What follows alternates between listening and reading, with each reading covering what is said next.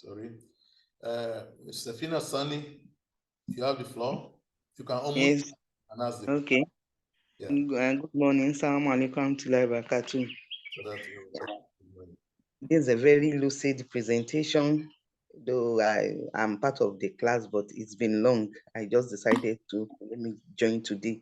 And this topic is very germane, especially in our Nigerian situation now, that there is scarcity of food. So I think this topic will go a long way to help us capture and alleviate this problem at hand. So that's just my little contribution. Inshallah, with the group is created, I would like to be part of the member. Thank you. Very much that's a comment, and you are welcome back to the class. You joined at the right time. So thank you very much. So one of our participants actually asked this question a couple of weeks ago, that what are the possible areas of applications of machine learning in crop production? Maybe the person might be a specialist in that area. So we now say, okay, so there's no better time for us to get into this in detail.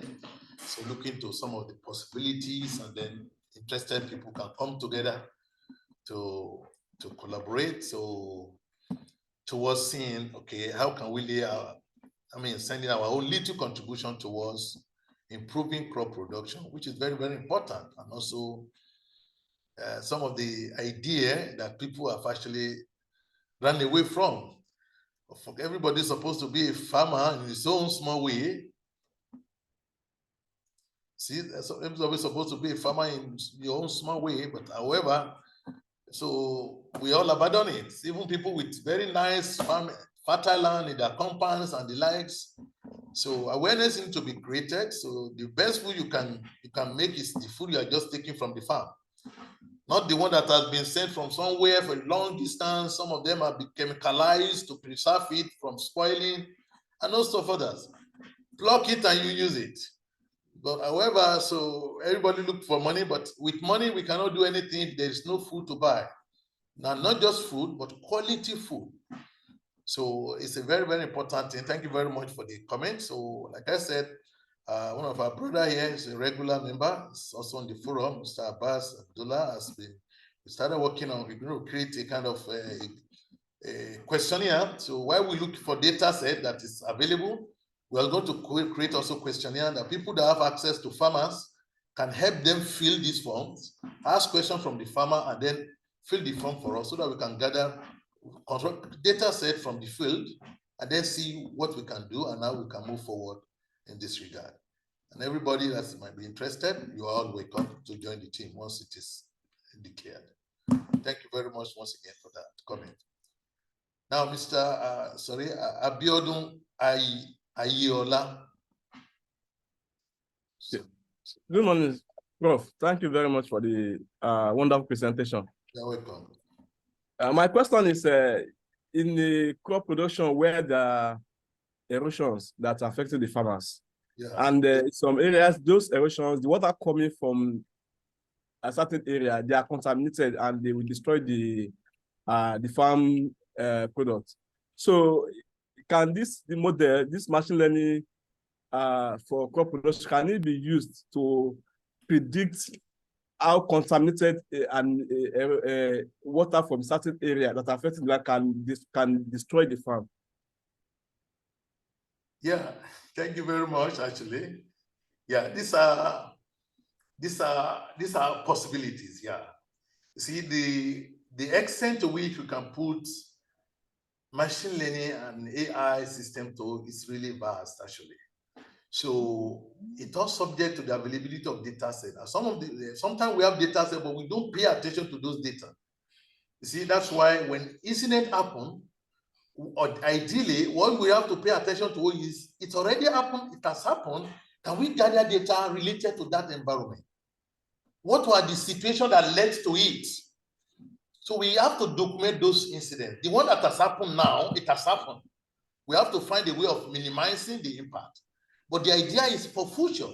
If we can document the data now, that will be very very, very beneficial for the next one. For example, we can look at the case of tsunami that used to happen, hurricane that used to happen before. Usually Ukraine used to come and eat people unexpectedly. But when a couple of hurricanes took place, then they tried to gather as many data as possible. They now realized that there was lot of incidents going on under the sea before the hurricane started. However, no one was paying attention to it. Before any hurricane will start, there will be something like a little earthquake, some underwater shaking that could be captured by simple IoT devices. But however, no one was paying attention to it. But now with the devastating effect of those kind of incidents, they documented data. They noticed, wow, things were happening under the sea, but there's no way you can know. So now they set up sensors, different parts of the sea. That's why you go to some cities, you see a lot of things floating around. They are there deliberately to measure, to detect whatever is taking place. And now one of the hurricanes took place in the US a few years ago. Before it happens, I mean, it was clear the sensors already gotten more than enough evidence to know that no, what we are getting used to be the same alarm we got a few years ago that led to the hurricane. And they started raising alarm that people should be evacuated from the places. And then the hurricane actually came, but by that time, everybody already got evacuated, so there was no casualty. This is just a scenario to know that. So when this kind of thing happened in the past, we have to have data. We have to develop this bit of data collection. It's very important. When incidents happen, it has happened. What is the lesson? Let's learn the lesson. Then let's try to understand what are the phenomena or activities that led to that thing happening. Once we document it, then this data will serve as a kind of raw material that we're going to use to build predictive solution that can actually alert the farmers that, hey, something of this might take place. That's how we talk of area monitoring, drones, and so many other technology that could be deployed so that before that particular kind of contaminated water actually drag into the system, then what can we do to prevent it? So because there will be, even by the time it starts coming, there will be some signs in the crop, but we don't detect the symptoms in the crop until it is too late. This is another thing. So we can be able to know that, oh, when you start seeing plant behaving like this, there's a contaminated water that is already entering the system. Then we can start, okay, how can we undo it? So these are some of the actually possibility that we can have. So having cases that has happened before, gather data that is surrounding it. The big issue is the lack of data set availability because people don't pay attention to it. It has happened, we make noise, and we forget about it. No. So while making noise about it, we have to learn. We have to take a lot of lessons from it, gather a lot of data set, what could have led to it, which we call diagnostic analytics. Try to understand what led to it, what are the factors that are responsible for this thing. Then can we do something about it? So first thing is to predict that, oh, the same thing that happened last time was going to happen now. What can we do to prevent it from happening? Or a kind of a preventive solution that if it actually happens, we can mobilize a lot of people, a lot of resources to be able to prevent the effect of the contamination from getting to majority of the plant. Because we are way ahead of time, we can have enough time to take decision. So if hurricane, as deadly as it used to be, can be actually, we don't say tame, not tame, but they got ahead of time information and they were able to evacuate. I want to also believe with adequate information, sensor technology that can gather data for people, we should be able to deploy it to also prevent contaminated water from entering or to destroy the farm. So I hope that clarified. Yes, sir. Thank you, Professor. Thank you, Prof. So the second question I have is that, in this kind of topic, it's very important topic, and you are going to be dealing with real-time data. Yeah. So in the case of a data imbalance, yeah, how can we handle a situation like this? Thank you very much for that. So, Miss, likely you attended the last lecture, our lecture on imbalanced data set. Yeah. Yes, sir. You see, that was why we mentioned that when you are going to test your imbalanced data, you have to test using data that is imbalanced, because the real life data, you cannot control it. Yeah. Yeah, that's why when you are building a model with imbalanced data, you can balance the model, but the test, you can balance the training data set.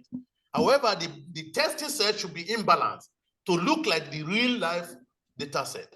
Because usually abnormality are usually lesser, normal thing as the majority class in most cases, except in an abnormal setting where abnormality will be the majority. We don't want that.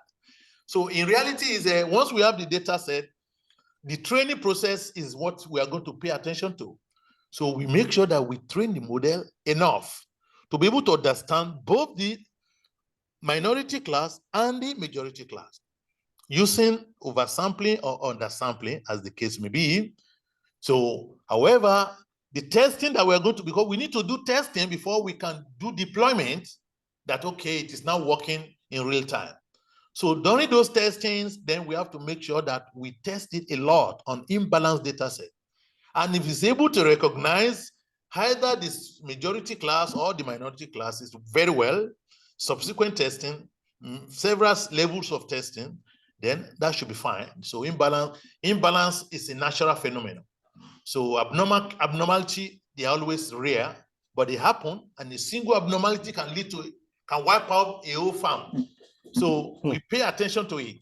So we can afford to have a system that we call normal case abnormal, but we cannot afford to have a system that will mistake abnormality for normality, because you allow a kind of deadly system to attack a crop production or any system, the consequence is dire. This is what we call, when we talk of actual cause of misclassification. So we can allow mistake in the side that is less costly compared to the one that is most costly. But then we focus more on the building process for our model, and then test it rigorously on samples that are imbalanced. This is normal. If we're able to do that, I want to believe that should not be a problem as far as our imbalanced data is concerned, especially in very important system like this. Thank you very much. Thank you, Sir Prof. Thank you. You're welcome.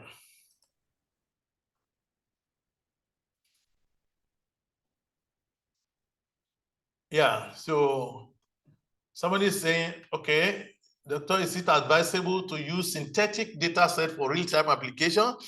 Well, as we say, let the data speak.